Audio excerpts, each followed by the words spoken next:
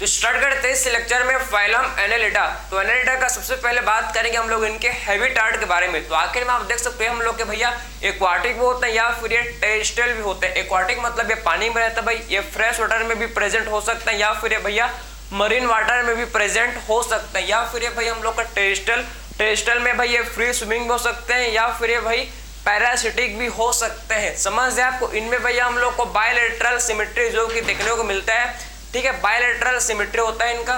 फिर बात करते हैं जर्म लेयर के बारे में। तो इनमें 3 जर्म लेयर प्रेजेंट होता है जिसको हम लोग बोलते हैं टेप्लोब्लास्टिक।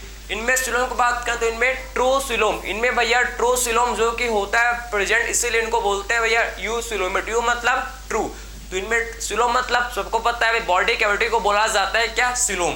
फिर बात करते हैं इनके बॉडी के बारे में। तो इनमें भैया इनके बॉडी में क्या होता है, मेटामेरिक सेगमेंटेशन, मीन्स इनके बॉडी जो इनका जो बॉडी है ये सेगमेंट्स में डिवाइडेड होता है। इनका बॉडी भैया सेगमेंट्स में क्या होता है, डिवाइडेड होता है, और उसी सेगमेंट्स को बोला जाता है मेटामर्स। उसी सेगमेंट को क्या बोलते हैं, उसी सेगमेंट को बोला जाता है भैया मेटामर्स। तो इनका बॉडी भैया आप देखो कि सेगमेंट्स में डिवाइडेड होता है और उसी सेगमेंट्स को बोलते हैं मेटामर्स, इसीलिए इनको बोला जाता है कि इनमें मेटामेरिक सेगमेंटेशन देखने को मिलता है। ठीक है, 2 मसल, इनमें 2 मसल होते हैं प्रेजेंट भैया जो कि लोकोमोशन में हेल्प करते हैं। कौन से मसल भैया, एक है सर्कुलर एंड दूसरा है लॉन्गिट्यूडनल। तो circular and longitudinal muscle, 2 muscle क्या होता है भैया इनमें होता है present, circular and longitudinal muscle होता है इनमें प्रेजेंट जो कि इनको भैया लोकोमोशन करने में हेल्प करते हैं। और फिर बात करते हैं भैया अगर हम लोग नेरिस जो कि एक्वाटिक फॉर्म होता है, एक्वाटिक फॉर्म है, और इनमें हम लोग को लेटरल अपेंडेजेस, नेरिस में लेटरल अपेंडेजेस जो कि प्रेजेंट होते हैं, और वही लेटरल अपेंडेजेस है जिसको हम लोग क्या बोलते हैं, जिसको बोला जाता है पैरापोडिया। ठीक है, तो ये जो लेटरल अपेंडेजेस आपको दिख रहे हैं ना, इसे क्या बोलते हैं, ये लेटरल अपेंडेजेस को बोला जाता है पैरापोडिया। पैरापोडिया जो कि भैया स्विमिंग मेन ये किसमें हेल्प करता है, मेन भैया ये स्विमिंग में हेल्प करता है, समझे ना। तो पैरापोडिया का मेन रोल, मेन आखिर में भैया ये हेल्प करता है स्विमिंग में, समझे, स्विमिंग और रेस्पिरेशन में ये हेल्प करता है, समझे। तो पैरापोडिया भैया स्विमिंग एंड रेस्पिरेशन में हेल्प करता है। ठीक है, फिर बात करते हैं भैया हम लोग इनके डाइजेस्टिव सिस्टम के बारे में। तो आखिर भैया इनमें कंप्लीट डाइजेस्टिव सिस्टम जो कि प्रेजेंट होता है, समझे ना।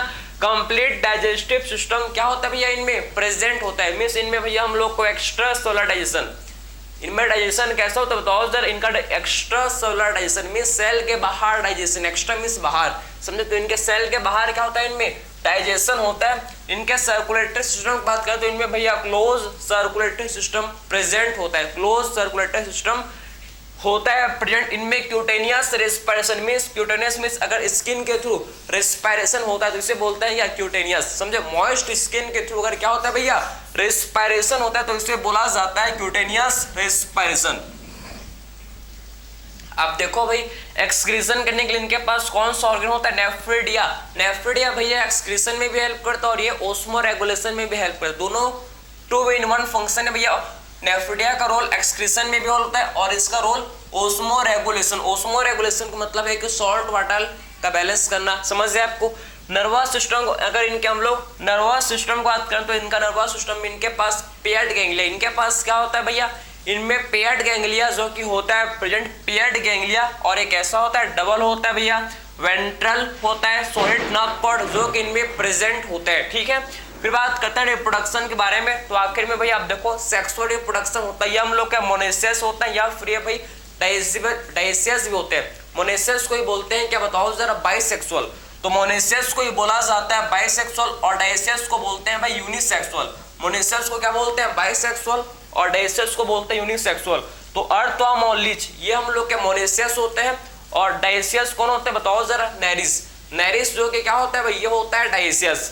इनमें एक्सटर्नल फर्टिलाइजेशन, इनमें फर्टिलाइजेशन कैसा होता है, बॉडी के बाहर फर्टिलाइजेशन होता है, इनमें एक्सटर्नल फर्टिलाइजेशन देखने को मिलता है। और डेवलपमेंट देखो इनका डेवलपमेंट इनमें डायरेक्ट या फिर इनडायरेक्ट डेवलपमेंट, इनका डेवलपमेंट डायरेक्ट भी हो सकता है या फिर इनमें भैया इनडायरेक्ट डेवलपमेंट भी हम लोग को इनमें देखने को मिलता है। इनके 3 एग्जाम्पल काफी इंपॉर्टेंट है फाइलम एनालिटा के। फर्स्ट है नेरिस, दूसरा है क्या फेरिटीमा, फेरिटीमा को बोला जाता है अर्थवर्म। पहला है नेरिस, दूसरा है क्या है फेरिटीमा, फेरिटीमा को बोला जाता है अर्थवर्म, और थर्ड इसका एग्जांपल है हिरोडिनोरिया। हिरोडिनोरिया को बोलते हैं क्या भाई, ब्लड सकिंग लीच, समझे ना। तो हीरोडिनोरिया को बोला जाता है ब्लड सकिंग लिस्ट। 3 एग्जांपल आपको फाइलम एनालिडा के याद होना चाहिए भैया। नेरिस हम लोग का एक्वाटिक फॉर्म है जो कि क्या होता है, डायसियस होता है। ये कैसा होता है, डायसियस होता है। और मोनेसियस में आता है भाई अर्थवर्म लिस्ट जो कि कैसे होता है, ये होते हैं मोनेसियस। काफी इंपॉर्टेंट है, काफी ज्यादा इंपॉर्टेंट है। ये 3 एग्जांपल है।